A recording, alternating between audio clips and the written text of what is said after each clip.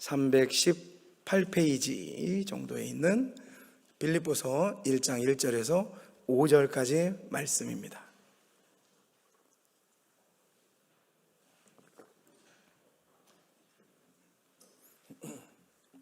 우리 다 같이 한 목소리로 받들어 봉독하도록 하겠습니다. 다 같이요. 시작. 그리스도 예수의 종 바울과 디모데는 그리스도 예수 안에서 빌립보에 사는 모든 성도와 또한 감독들과 집사들에게 편지하노니 하나님 우리 아버지와 주 예수 그리스도로부터 은혜와 평강이 너희에게 있을지어다.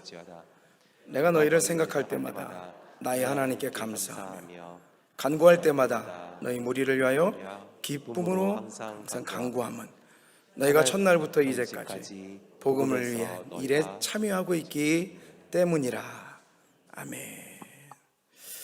네, 우리 앞뒤 옆으로 이렇게 한번 인사하시겠습니다. 당신은 사랑스러운 하나님의 작품이십니다. 자, 이렇게 인사하시는데 인사하시고 싶은 분한테만 말고, 자, 모르는 분은 안 계시겠죠? 벌써 다 하고 계시네. 저 멀리도 하시고요. 네, 저 멀리도 이렇게. 그렇습니다. 우리는 하나님의 작품입니다. 거룩하신 하나님의 아주 훌륭하신 작품으로 하나님께서 우리를 오늘 이 시간까지 있게 하신 줄 믿습니다. 오늘 빌립보서 두 번째 이제 빌립보 이야기 두 번째 말씀을 함께 나누고자 합니다. 바로 들어가서 우리 함께 말씀을 좀 보도록 하겠습니다. 지난 시간을 잠깐 제가 말씀을 간단하게 보자면,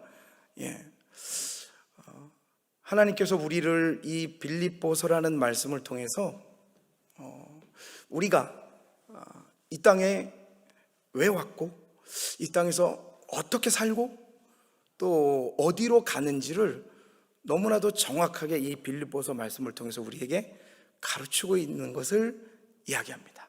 모든 성경도 다 마찬가지지만 특히 이 빌립보서만의 특징이 있습니다. 그래서 저와 여러분이 이 빌립보서만의 특징, 이 빌립보서를 통해서, 이 이야기를 통해서 하나님께서 우리에게 주시는 우리가 이 땅에 왔고 이 땅에서 어떻게 살고 또 우리가 어디로 어떻게 가야 하는지를 정확하게 알므로써 하나님 나라의 백성으로서 우리가 지금 살고 있는 이 현실의 세계에서 은혜로 살아갈 수 있는 거룩한 백성으로 만들어져가는 그 힘을 이 빌립보서에서 받아낼 수 있다는 겁니다. 자, 그러면 제가 지난 시간에 벌써 오랜 시간이 지났습니다. 제가 그 1절 말씀을 읽으면서 뭐 하나가 빠졌다고 말씀을 드렸는데 기억하시죠? 맞습니다. 사도입니다. 자, 못 들으신 분들을 위해서 우리 이제 빌립보서 1장 1절 말씀부터 보면서 우리가 이제 얻어야 될, 오늘 이 밤에 받아야 될 은혜를 말씀을 통해 한번 우리가 경험해 보도록 하겠습니다. 자, 말씀을 1장 1절을 보시죠. 1장 1절에 보니까 그리스도 예수의 종 바울과 디모데라고 이야기를 하고 말씀하고 있습니다. 지난 시간에 잠깐 말씀을 드리고 아쉽게도 바로 끝났는데, 바로 그리스도 예수의 종 바울과 디모데 할 때 여기서 빠진 아주 중요한 글이 뭐냐면 바로 사도라는 직입니다. 사도 아시죠? 예수 믿는 사람이라면, 신앙생활 하는 사람이라면 평생 들을 겁니다. 사도 바울, 사도 베드로, 많지는 않죠. 정해진 이 예수님의 훈련받은 직속 제자들 중에 이제 사도가 있기 때문에 이 사도 그래서 많이 들으셨을 겁니다. 그리고 사도가 어떤 직책인지도 아실 겁니다. 그런데 잠깐 지난 시간에 말씀드린 것처럼 바울은 사도직을 예수님이 살아계실 때 받은 게 아니기 때문에 약간의 핸디캡이 있었어요. 특히나 누구에게? 유대인에게 핸디캡이 있었기 때문에 나는 이 서신서를 쓸 때마다 바울이 자꾸 자기를 변호하면서 이야기하는 게 나는 사도다, 나는 사도 바울이다, 사도 바울이다 라고 이야기를 합니다. 근데 그게 왜 중요하냐면, 여러분, 그 사도라는 직책을 가지고 있는 사람이 말씀을 전하는 것과 그렇지 않은 사람이 말씀을 전하는 건 완전히 다르죠. 뭐 어떻게 보면 우리나라는 조금 더 좀 그렇죠. 목사님이 전하는 것과 또 뭐 예를 들어서 전도사님이 아니면 일반 성도가 말씀을 나눈 것과는 차이가 원래 뭐 좀 없어야 되는데 있죠. 예. 이제 어떤 수준을 떠나서 다 이렇게 말씀을 하는데 그게 이제 있습니다. 특히나 그게 심해요.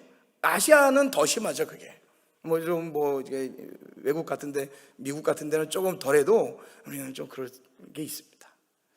그래서 사도 바울이 그토록 사도 외치는 게, 사도 바울이 우리가 알기로 신약 성경을 많이 썼단 말이죠. 근데 이 많이 쓰는 과정 중에서 사도 바울이 내가 사도라는 직책을 가질진데 이 사도라는 직책을 놓치게 되면 모든 성경이 다 말씀의 권위가 땅에 떨어지고 맙니다. 네가 사도라고 얘기하는 그런 상황 속에 이 모든 것을, 그러니까 복음을 전하다 싸우는 게 아니라 복음을 전하기 위해서 자기의 자신을 변호하기 위해서 싸우는 거예요.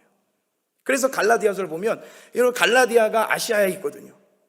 그러니까 아시아 쪽이나 이 유대인들이 있는 쪽에서는 이 바울이 나 사도거든, 나 사도야 막 계속 외쳐대는 거예요. 그래야 말씀이 들어가고 있어요. 그런데 오늘 이 빌립보서의 말씀에 아주 적나라하게 사도라는 말을, 근데 이때 바울의 모습이 어땠을까 보면 조금 기분이 이 상황은 어려운데 아주 글쓰기에는 좀 편했을 것 같아요. 자기의 사도직을 변호 안 해도 됐거든요. 왜 그럴까라는 부분을 우리가 보기 위해서 좀 역사적인 배경이 약간은 필요합니다. 좀 지루하실지라도 한번 우리가 이 정도는 보시고, 그래서 이런 상황이구나를 알아야 그 말씀 한 절 한 절이 우리에게 은혜가 될 것 같다. 제가 여러분과 함께 우리 사도행전 16장으로 한번 넘어가셔서, 사도행전 16장으로 넘어가셔서 빌립보 교회의 탄생에 대한 이야기를 잠깐 말씀을 나눠보고자 합니다. 페이지로 신약 215페이지 정도에 있습니다. 사도행전 16장 우리 6절 말씀부터 보시면, 우리가 잘 알고 있는 바울의 2차 전도 여행 중에 드디어 이 빌립보 교회가 탄생하는 탄생기에 대해서 이야기가 나오고, 역시 마찬가지로 나중에 로마 감옥에서 자기가 전도해서 또 자기가 이렇게 세워놓은 빌립보 교회에게 이 빌립보서 편지를 보내고 있는 것이죠.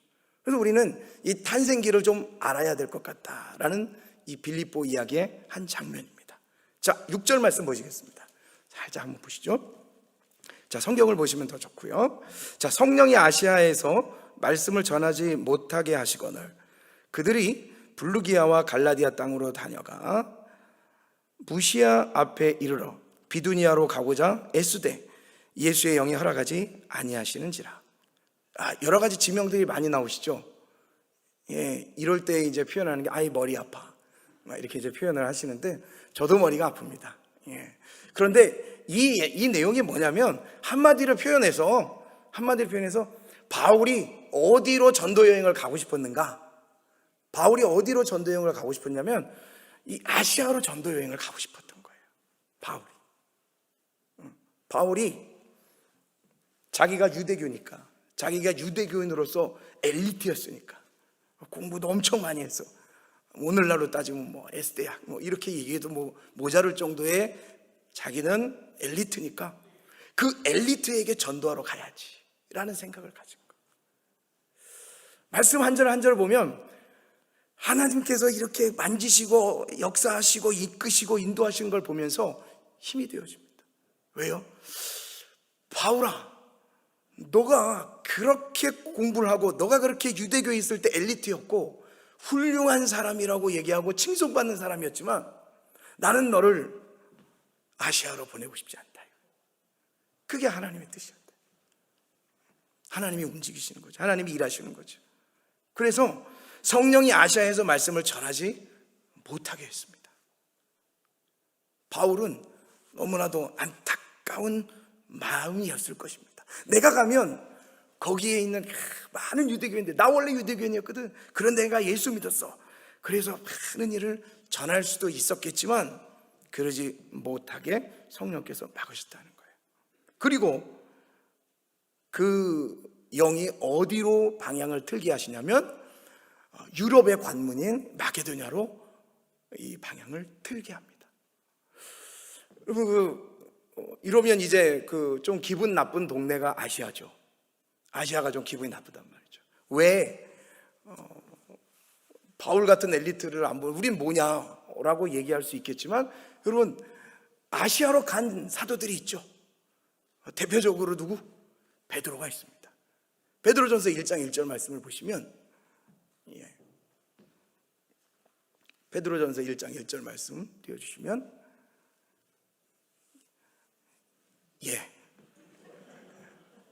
그렇죠.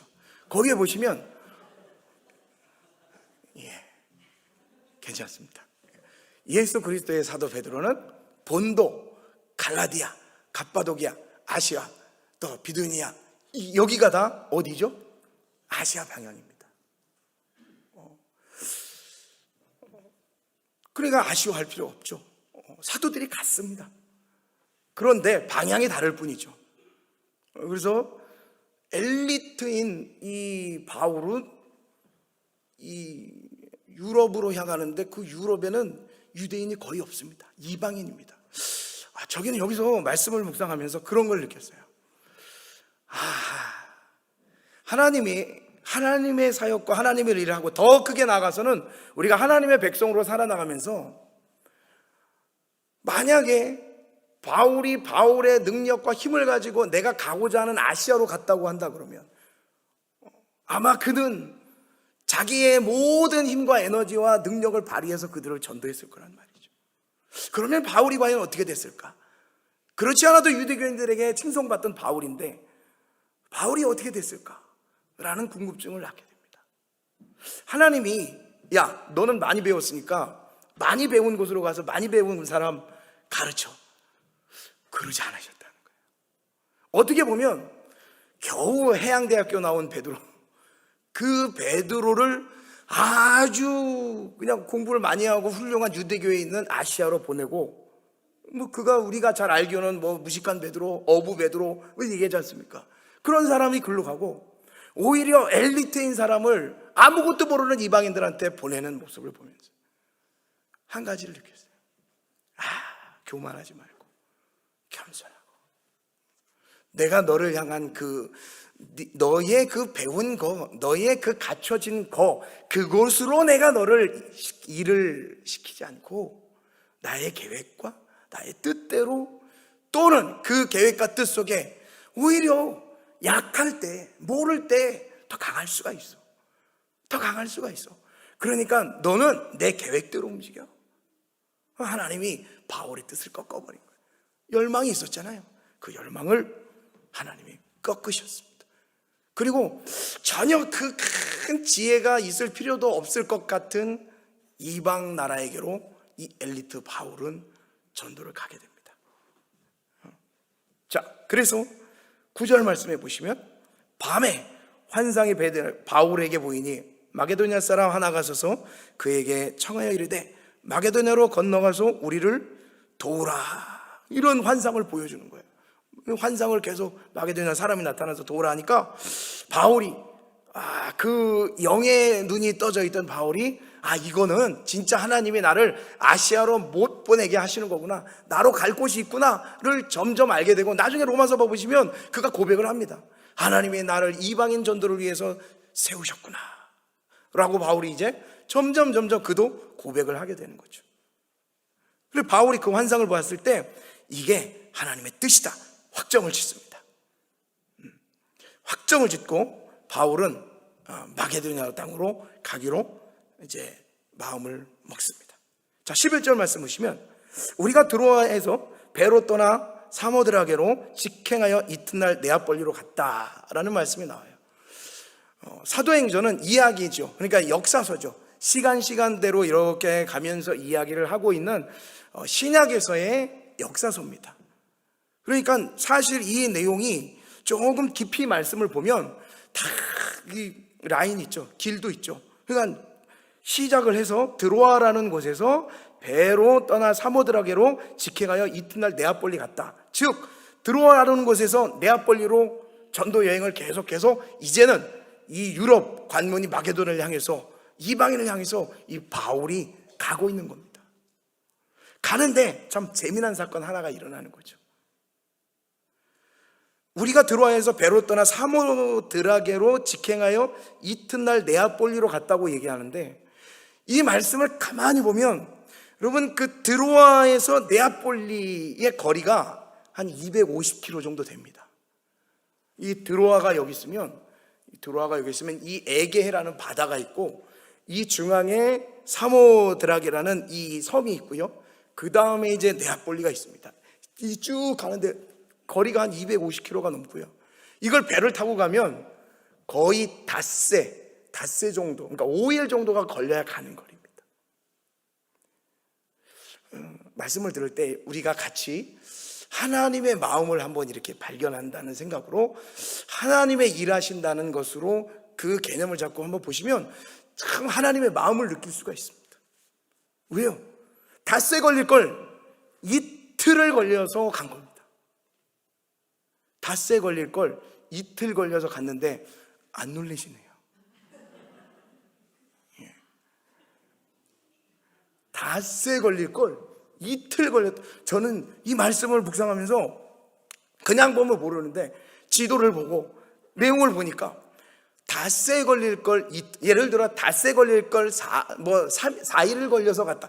아이고 뭐 좀 됐나 보다. 뭐 어쩌다 그렇게 되지.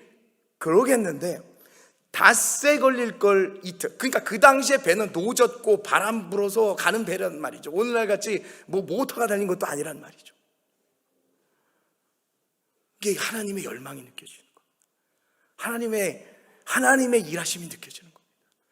우리가 사도행전적인 교회 뭐 이렇게 얘기하지만 실제로 그냥 이름만이 아니라 실제로 하나님이 분야에서 상황 속에서 막 일하시는 교회, 하나님 역사하는 교회, 우리 청라 21세기 교회인 줄 믿습니다. 그런 교회가 보이는 거죠. 그러니까 이튿날을 걸려요. 근데 이러려면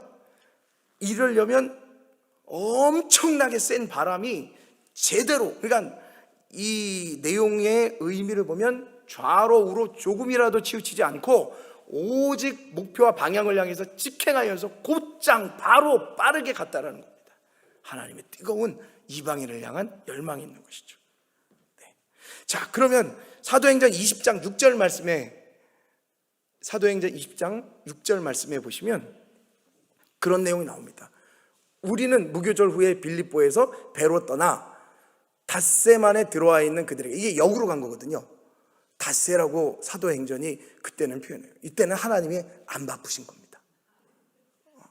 편하게 가. 그 여기는 이틀 만에. 이거 붙잡고 밤새 기도해도 기도할 수 있을 것 같아요.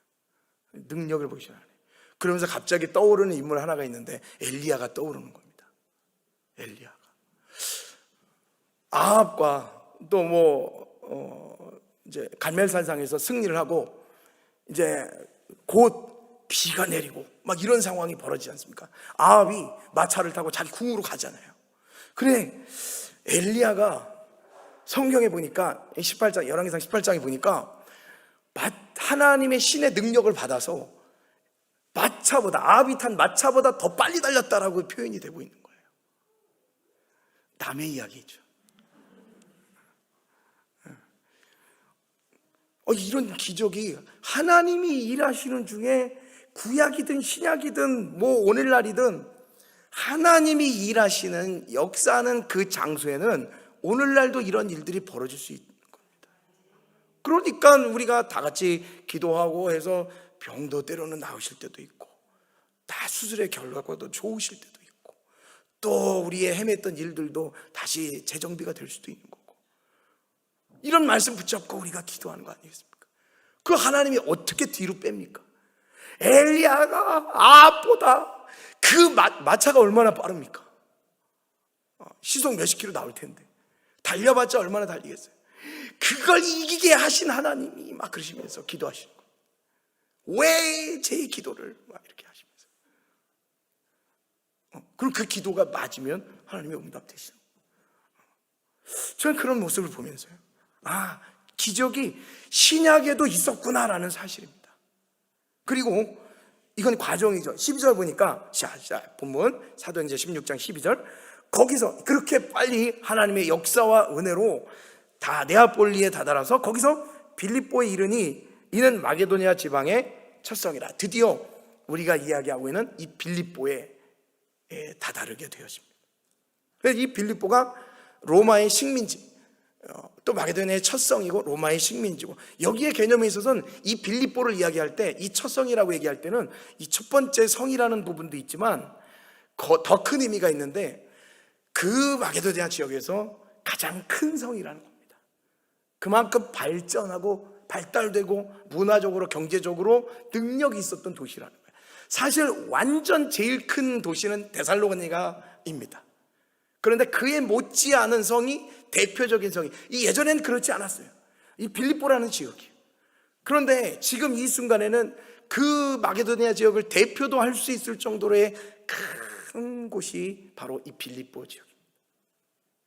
자, 여기서 수위를 유의합니다. 유하고, 자, 13절 말씀해 보니까 이제 바울이 이제 나가서 일을 시작합니다. 안식일에 우리가 기도할 곳이 있을까 하여 문 밖 강가에 나가 거기 앉아서 모인 여자들에게 말하는데, 자, 지금 사도 이야기를 하다가 이 내용이 나오는데 무슨 이야기냐면, 안식일에 우리가 기도할 곳이 있을까 하여 문 밖에 나갔다는 거예요. 자, 여기가 순수한 이방인 땅이 맞다는 거죠. 여러분, 그 유대인들이 있는 곳에도 10명 이상만 되면 회당이 있습니다. 회당이 있어요. 심지어는 기도처도 있고 뭐도 있고 다 있습니다. 그런데 바울이 이곳에서 이 빌립보 지역에 다니면서 어디 하나를 못 찾냐면 기도처 하나를 못 찾아요. 회당 하나를 못 찾아요. 유대인들이 없다는 얘기죠. 자, 점점 그림이 그려지셔야 됩니다. 왜 사도라는 이름을 뺐냐면, 이 직분을 뺐냐면, 점점 그림이 나오는데, 유대인들이 있는 곳에서는 사도, 나 사도야 라고 외쳐서 내 직분과 말씀의 권위를 이야기해야 되지만, 여기서는 아무도 모르기 때문에 내가 사도인지 저도인지 그도인지 아무도 모르기 때문에 그 얘기를 할 필요가 없습니다. 다 이방인들이거든요. 그래요. 그래서 나가서 기도할 곳 찾아보니까, 어디 예배드릴 곳 찾아보니까 없습니다. 그래서 하는 게 다른 거였어요. 야, 여기는 완전히 진짜 불모지구나. 왜 하나님 나를 이 땅에 보내셨는지. 그래도 환상을 보고 하나님 뜻이니까 내가 여기는 왔는데, 그래도 바울이잖아요. 바울이니까 전도는 해야죠. 말씀은 전해야죠. 여기서 아주 중요한 사건 하나가 나옵니다. 그리고 중요한 인물이 나옵니다. 그분이 여성입니다. 그래서 이 말씀을 보면서 다시 한번 여성을 존경하게 되는 거예요. 하나님이 남성도 쓰시지만 특히 교회 안에서 또 어떤 상황에서 여성을 쓴다는 그 개념이 그냥 아무 의미 없는 것이 아니구나를 분명히 알게 됩니다. 기도할 곳이 있을까요? 보니까 앉아있던 이게 이제 강가에 앉아있던 여인들이 있었습니다. 그 여인들에게 바울이 가서 이 여인들에게 말씀을 전해야겠다. 만약에 그때 남자들이 앉아 있었다 그러면 남자들은 아마 이 자식이 뭐야? 그러고 우선 어떻게 바울을 때렸을 수도 있을지, 아니면 저리 가 그랬을 수도 있을지. 그래서 약간 성별이 달라야 돼요. 그래서 다가가서 복음을 전하는 거예요. 그러더니 그 중에 여러분이 잘 아시는 14절 말씀, 드와디라시에 있는 자색 옷감 장사로서 하나님을 섬기는 루디아라는 사람이 있어요. 여러분, 드와디라라는 곳이 어디냐면 여기는 아시아에 있는 곳이에요. 바울이 그토록 가고 싶어 했던 아시아가 바로 드와디라입니다. 그런데 그 드와디라 사람이 여성 한 분 있는데, 그 옷감 장사, 자주 옷감 장사인 누구? 루디아라는 사람이 이 이방 나라 마게도냐까지 일을 하러, 무역을 하러, 장사를 하러 여기까지 온 거예요. 타국에서. 신기하지 않습니까? 거기 가서 바울이 말하는데 이 루디아가 영적인 귀가 열려서 그 바울이 말하는 복음을 듣기 시작하는 겁니다. 빌립보 교회의 시작이죠. 아주 중요한 만남이죠.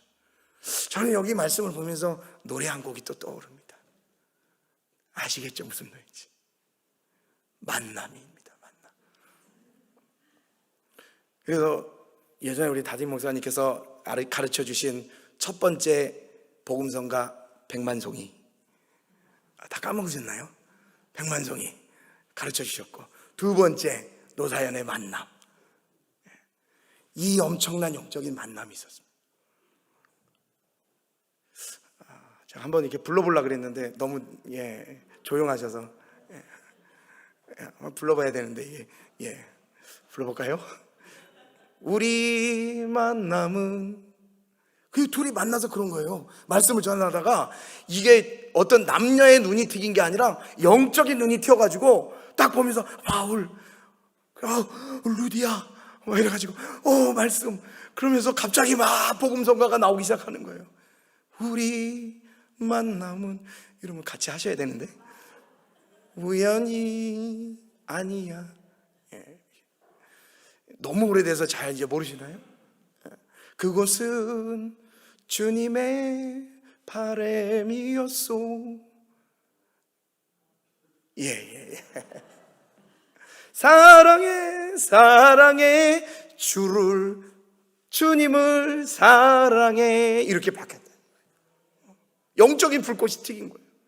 교회가 세워지는 바로 그 순간입니다. 이 노래도 심각한가요? 네, 심각합니다. 이 놀라운 현장을 우리가 보게 됩니다. 그래서 바울과 루디아가 이렇게 말씀을 듣고 바로 빌립보 교회의 시작이 여기서부터 시작이 되어집니다.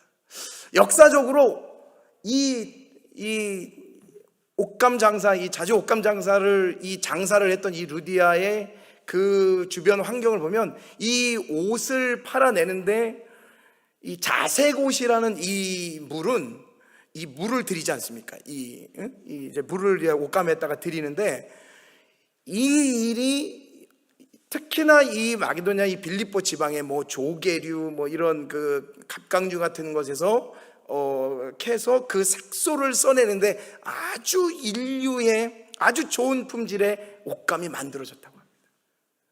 그러니까 거기서 아시아에서 여기까지 루디아가 일을 하러 온 거죠. 사실 루디아는 이름이 아닙니다. 루디아는 그 명칭입니다. 원래 예전에 리디아라고 하는 것인데, 우리 보통 얘기할 때 그러시잖아요. 그 드라마도 보면 이름 안 부르고 이렇게 일하시는 아주머니한테 뭐라고 얘기하세요? 천안댁 이러시잖아요. 드라마 안 보시죠? 천안댁, 우리가 유명한 또 안성댁, 안성댁 하는 것처럼 이 루디아도 일종의 명칭입니다. 그 루디아, 그래서 근데 거의 이제 이름처럼 우리가 이제 쓰고 있죠. 그게 큰 문제는 아니죠. 그래서 그렇게 이제 리디아 출신의 여인인데 이 루디아와 바울이 만나서 그 빌립보 교회라는 아주 장엄한 이 이방 나라에서 아무것도 없는 이 불모지에서 하나님께서 이 교회를 세우셔서 그 다급한 마음에 심지어 5일이 걸려서 갈 그 백길도 이틀을 걸리면서까지 가서 하나님의 복음을 향한 뜨거운 열망을 우리는 확인할 수가 있었습니다. 근데 그게 다 이방인이었습니다. 여러분, 왜 사도권에 대해서 시비를 걸 필요가 없기 때문에, 시비가 안 되니까 아시아 지방에다가 이야기할 때는 네가 무슨 사도냐 하니까 말씀의 권위가 떨어지기 때문에 계속해서 자기 사도를 이야기해야 되는데, 여기서는 그럴 필요가 없어요. 왜? 유대인이 없으니까 네가 사도냐? 그럴 사람이 없어요. 얼마나 편지를 그래도 서두에 편하게 썼는지 몰라요. 그래서 시원하게 사도라는 단어를 이 바울이 쓰질 않습니다. 자, 빌립보라는 지역이 이렇게 지어지는데, 이렇게 이제 교회가 세워지는데, 잠시 조금 더 우리가 생각해서 역사적인 부분으로 이 빌립보라는 것을 보면, 빌립보는 굉장히 그 야만인들이 살던 곳입니다. 그러니까 하나님이 왜 그곳을 왜 그렇게 전도를 하게 하셨을까? 굉장히 야만인 지역이었어요. 예전에 왜 빌립보냐면, 과거에, 그러니까 BC 한 360년경, 아주 예수님이 오기 전이죠. 아주 오래전 360년경 정도에 필립 2세라는 사람이 그 땅을 점령을 해서 그 필립의 이름을 따서 빌립이 된 거거든요. 빌립보 하면 이제 복수형이 돼서 그 의미가 이제 작은 샘들이라는 의미를 갖습니다. 거기에는 금광도 많이 나오고요, 막 이래요. 그런데 다 야만인입니다. 그냥 필립, 그리고 그의 아들이 누구냐면 여러분들이 잘 아시는 알렉산더 대왕이거든요. 근데 알렉산더 대왕 하면 우리가 엄청나지 않습니까? 힘도 있고 능력도 있고 얼마나 많은 땅을 정복했습니까? 그런데 이 지역을 정복은 했는데 이 지역의 문화를 정복을 하지 못하는 거예요. 힘든 거예요. 점점 빌립보라는 지역을 생각하면서 우리가 살고 있는 이 세상이 영적으로 보이지 않습니까? 우리가 기독교 역사를 보면 이 땅에서 참 많은 고난을 당하지만, 고통을 당하지만, 그럼에도 불구하고 하나님이 살게 해주시고 부흥케 해주시고 기적과 일들, 역사의 일들을 통해서 오늘날 교회가 있게 하셨습니다. 얼마나 많이 교회가 사라질 위기가 있었습니까? 그런데 반대로, 그러면 하나님 이 지구상에 있는 모든 곳에 교회를 세우셔서 전부 다 구원의 은총과 능력을 베푸시죠. 또 하나님은 그렇게 하시지 않습니다. 이 땅에 전부 악도 아니고 전부 선도 아니에요. 왜냐하면 이 땅이 끝이 아니기 때문에. 그렇게 해서 알렉산더 대왕이 나중에 자기 아버지가 이룬 땅, 그 땅을 점령해서 이 땅을 바꾸려 하지만 이 땅에 있는 문화, 이 야만인들에게 쉽게 그렇게 되지 않습니다.